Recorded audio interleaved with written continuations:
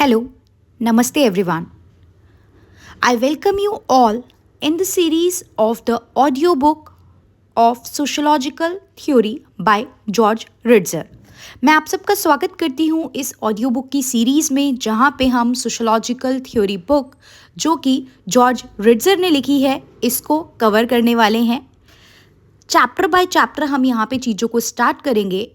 तो जॉर्ज रिट्जर के कंसेप्ट को डिटेल में हम इस पूरी सीरीज़ में समझेंगे।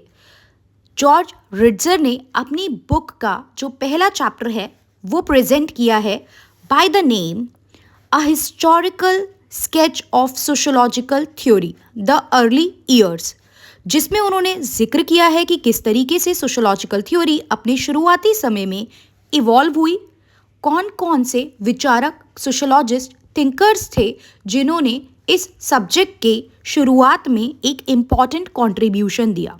ये सब हमारे फर्स्ट चैप्टर में जिक्र किया गया है। तो यहाँ पे आपसे बात की जाएगी इंट्रोडक्शन की, सोशल फोर्सेस क्या रहे डेवलपमेंट ऑफ सोशोलॉजिकल थ्योरी में, जिसमें हम political revolution, industrial revolution, socialism का राइज किस तरीके से हुआ, फेमिनिज्म, अर्बनाइजेशन, रिलीजियस चेंज, ये सारी चीज़ों पे बात करेंगे।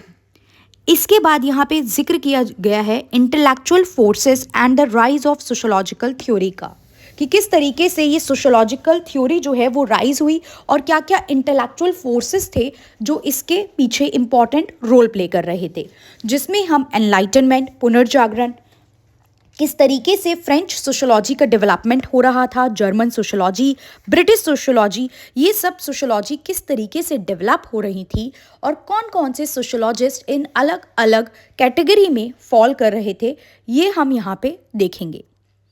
अब अगर हम इस चैप्टर की शुरुआत की बात करें तो आप लोग अपने पास जो बुक है उसमें देख पा रहे होंगे, यहाँ पे चैप्टर स्टार्ट करने से पहले आपके सामने कुछ वन लाइनर समरीज दी हैं अलग अलग थ्योरीज की।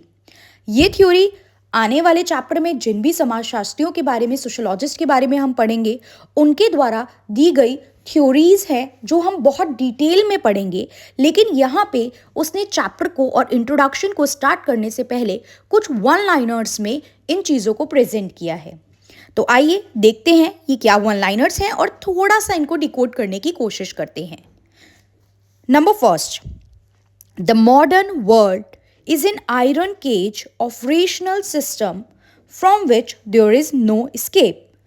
जो आज का जो आधुनिक विश्व है वो एक आयरन केज की तरह है, रेशनल सिस्टम के एक आयरन केज की तरह है जिससे बच निकलना मुश्किल है। तो यहाँ पे वो जिक्र करना चाह रहा है आयरन केज कंसेप्ट जो कि मैक्स वेबर ने दिया है। मैक्स वेबर हमारे एक क्लासिकल सोशोलॉजिस्ट हैं। उनका जब हम उनके कॉन्सेप्ट पे हम बात करेंगे तो हम इस आयरन केज के सिद्धांत को बहुत डिटेल में पढ़ेंगे। अगला वन लाइनर जो प्रेजेंट है, capitalism tend to sow the seeds of its own destruction. जो कैपिटलिज्म है, पूंजीवाद है, वो खुद ही अपने डिस्ट्रक्शन की, अपने विनाश के जो बीज हैं वो बोता है। तीसरा पॉइंट, अब कैपिटलिज्म को लेके भी हम लोग डिटेल में देखेंगे कि अलग अलग समाजशास्त्रियों ने क्या काम किया है, जिसमें एक मेजर समाजशास्त्री जो हमारे दिमाग में आने चाहिए वो आते हैं कार्ल मार्क्स, क्योंकि वो समाजवाद के एक तरीके से जनक कहलाते हैं। वो सोशलिज्म को सपोर्ट करते थे और कैपिटलिज्म के वो बिल्कुल अगेंस्ट थे। Next one liner is the modern world has less moral cohesion than the earlier society had. जो आधुनिक विश्व है उसमें पुराने समाज के पारंपरिक समाज के मुकाबले अगर हम देखें तो मॉरल कोहेजन कम देखने को मिलता है। अब बहुत सारे समाजशास्त्री ऐसे हैं जिन्होंने आपके प्राइमरी सोसाइटीज़ को, पुरानी सोसाइटीज़ को आज की सोसाइटी से कंपेयर करके अलग अलग थ्योरी दी हैं, जिसमें एक क्लासिकल थिंकर में हम लोग पढ़ेंगे एमाइल दर्कीम के ऑर्गेनिक और मैकेनिकल सॉलिडारिटी के कंसेप्ट को। अभी ये चीज़ें नहीं समझ में आ रही हैं तो कोई दिक्कत नहीं है, जैसे जैसे हम इस बुक के साथ आगे बढ़ेंगे आपको ये सारे सोशोलॉजिस्ट के बारे में और इनके कंसेप्ट ये सब हम डिटेल में समझेंगे। अगला, the city spawns a particular type of personality. जो सिटी है वो जनरेट करती है एक पर्टिकुलर टाइप ऑफ पर्सनैलिटी को। Next, in their social lifes people tend to put on a variety of theatrical performance. अपनी सोशल लाइफ में लोग बहुत सारे अलग अलग थिएटर परफॉर्मेंस देते हैं। ये कंसेप्ट हम लिंक कर सकते हैं ड्रामेटर्जी की थ्योरी से, राइट। अब फॉर एग्जाम्पल मैं यहाँ पे आपको पढ़ा रही हूँ तो मैं एक टीचर का रोल प्ले कर रही हूँ, मैं अपने घर पे एक डॉटर का रोल प्ले करती हूँ, अपनी सोसाइटी में एक मेंबर ऑफ सोसाइटी का, एक नेबर का रोल प्ले करती हूँ। तो जो सोसाइटी में डिफरेंट डिफरेंट पर्सन होते हैं वो बहुत सारी अलग अलग थिएट्रिकल परफॉर्मेंस जो है वो अपनी लाइफ में देते हैं। ये पॉइंट है। Next one liner is the social world is defined by the principle of reciprocity in give and take relationship. ये जो सोशल वर्ल्ड है यहाँ पे हम रेसिप्रोसिटी देखते हैं, मतलब रेसिप्रोसिटी होता है एक्सचेंज, गिव एंड टेक, हर चीज का गिव एंड टेक चल रहा है यहाँ पे, right. Reciprocity, type of reciprocity किसने कंसेप्ट दिया है, प्रोसीड करेंगे आगे तब हम समझेंगे। Next, people create the social world that ultimately come to enslave them. लोग जो हैं वो ऐसा समाज बनाते हैं जो बाद में वो समाज ही उन्हें कंट्रोल करने लगता है, वो समाज ही उन्हें अपना गुलाम बना लेता है। Next point, people always retain the capacity to change the social world that constrain them. अभी उसने ऊपर पॉइंट में हमसे कहा कि हम ऐसा समाज बना लेते हैं जो हमें गुलाम बना लेता है, और लोगों के पास ही ये कैपेसिटी है, लोगों के पास ही ये क्षमता है कि वो उस समाज में बदलाव ला सकते हैं जो समाज उनको रोक रहा है, उन पर रुकावट लगा रहा है। जैसे कि कार्ल मार्क्स ने भी कहा था कि जितने भी वर्किंग क्लास लोग हैं उनको सबको एक साथ होके क्रांति लानी होगी, और क्रांति ही क्या है, क्रांति ही समाज को आगे बढ़ाती है। Revolutions are the locomotive of the society, right. तो यहां पे आप उनको चेंज कर सकते हो। Next is society is an integrated system of social structure and function. Social structures जो बहुत सारे होते हैं और जो काम वो परफॉर्म कर रहे हैं उनको अगर हम मिला दें तो एक सोसाइटी बनती है। समाज के जितने भी आपके स्ट्रक्चर हैं, कंपोनेंट हैं, और जो वो काम कर रहे हैं वो चीजें मिलके हमारे समाज को बनाती हैं।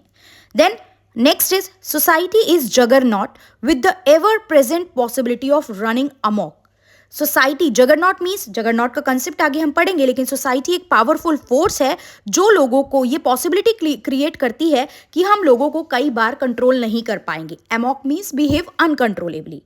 Next, while it appeared that the western world has undergone a process of liberalization, in fact it has grown increasingly oppressive। liberalization आया है, उदारीकरण आया है, फिर भी जो western world है वो oppressive है। The word has entered, next is, the word has entered a new postmodern era increasingly defined by the inauthentic, the fake, by simulation of reality। World जो है वो एक ऐसे पोस्ट मॉडर्न एरा में आज एंटर कर चुका है जहां पे हमें चीज़ें कुछ फेक दिखती हैं, मतलब इनऑथेंटिक हमें यहाँ पे चीज़ें देखने को मिलती हैं। तो ये कुछ वन लाइनर्स आपको चैप्टर के इंट्रोडक्शन स्टार्ट करने से पहले इस चैप्टर में जो राइटर है उन्होंने प्रेजेंट की हैं कि आप थोड़े से क्वेश्चन अपने माइंड में रेज करें, सो दैट आप लोग इस कैपेबल हो कि आगे जाके इन सारे क्वेश्चन के आंसर आप पूरी बुक में ले पाएं, और किस किस थिंकर ने इन कंसेप्ट पे काम किया है और क्या क्या उनके थॉट प्रोसेस रहे हैं ये आप डिटेल में विस्तार पूर्वक जान पाएं। इस चैप्टर में हम आगे जो प्रोसीड करेंगे वो हम करेंगे इंट्रोडक्शन के साथ। जो आपके राइटर्स हैं वो क्या इंट्रोडक्शन दे रहे हैं इन चीज़ों का। देन हम देखेंगे कि जो अलग अलग सोशोलॉजिस्ट रहे हैं उनका आगे फर्दर क्या टाइम पीरियड रहा है, और किस तरीके से ये जो सोशोलॉजिकल थ्योरी है और ये जो सब्जेक्ट है वो आगे इवॉल्व हुआ है।